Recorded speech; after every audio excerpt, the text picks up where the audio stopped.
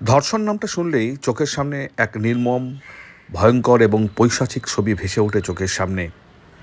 দিল্লির নির্ভয়া কাণ্ড হোক কিংবা দুদিন আগে ঘটে যাওয়া আরজি কর হাসপাতালের তরুণী মহিলা ডাক্তারকে নৃশংসভাবে খুন এবং ধর্ষণের ঘটনা, প্রতিটি ক্ষেত্রেই মানুষের পাশবিক ছবি ধরা পড়েছে। কিন্তু কেন একজন পুরুষ এই ধরনের অপরাধ ঘটান? এর পিছনে আসল রহস্যটা কী? অনেকের মধ্যেই একটা চালু ধারণা রয়েছে, সেটা হলো পুরুষরা বুঝি শুধুমাত্র যৌন লালসা মেটানোর জন্যই ধর্ষণ করে। কিন্তু মনস্তত্ত্ব বলছে ধর্ষণের কারণ শুধুমাত্র যৌন আকাঙ্ক্ষা নয়, এর পেছনে আরও অনেক কারণ থাকে। বিশেষজ্ঞদের ধারণা, ধর্ষণ হলো পুরুষের ক্ষমতা জাহিরের একটা নমুনা মাত্র।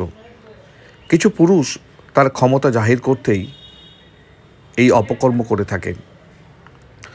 এই ধরনের মানুষ ধর্ষণ করার সময় মহিলাকে নানাভাবে ভয় দেখায়, অস্ত্র দেখিয়ে ধর্ষিতাকে ভীত সন্ত্রস্ত করার চেষ্টা করে।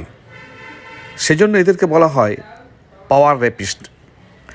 কিছু জনের কাছে ধর্ষণটা নিছকই রাগের একটা বহিঃপ্রকাশ।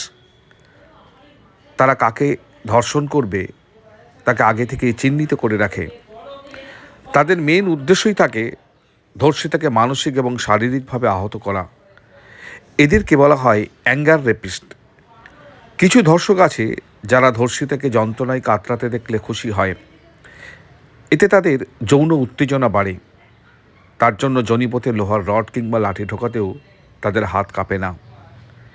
দিল্লির নির্ভয়া কাণ্ডের ক্ষেত্রে ঠিক এই ঘটনাই ঘটেছিল। এদেরকে বলা হয় স্যাডিস্টিক রেপিস্ট। আরেক দল আছে সেক্সুয়াল গ্র্যাটিফিকেশন রেপিস্ট।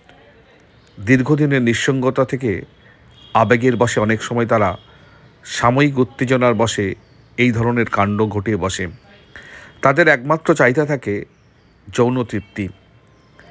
দিল্লির চলন্ত বাসে গণধর্ষণের ঘটনার পর এই ধরনের অপরাধের শিকড়ে পৌঁছাতে তিহার জেলে গিয়ে ধর্ষকদের মনের কথা জানার চেষ্টা করেছিলেন ব্রিটেনের শেফিল্ড বিশ্ববিদ্যালয়ের গবেষক মধুমিতা পাণ্ডে। দর্শকদের সঙ্গে কথা বলে তিনি জানতে পারেন, প্রতিটি ঘটনা ভিন্ন হলেও ধর্ষকদের প্রত্যেকেই মনে করে তারা যেটা করেছে সেটা তাদের অধিকার। নিজেদের অপকর্মের জন্য তারা ঘুরিয়ে ধর্ষিতার ঘাড়েই দোষ চাপাতে চেয়েছে। তারা বলতে চেয়েছে মেয়েটিই তাকে প্রলুব্ধ করেছে। ধর্ষণ যে শুধু আমাদের দেশের সমস্যা এমনটা কিন্তু নয়। উন্নত বিশ্বেও রোজ ধর্ষণের শিকার হচ্ছে মহিলারা। মার্কিন যুক্তরাষ্ট্রে প্রতি 6 জন নারীর একজন ধর্ষণের শিকার হন।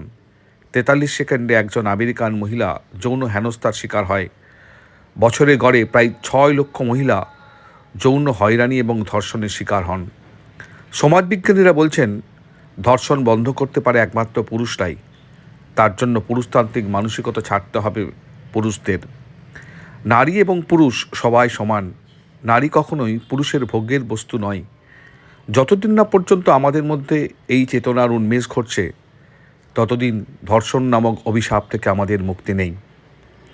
এই ধরনের খবর আরও জানতে চ্যানেলটি সাবস্ক্রাইব করুন এবং বেশি করে শেয়ার করুন।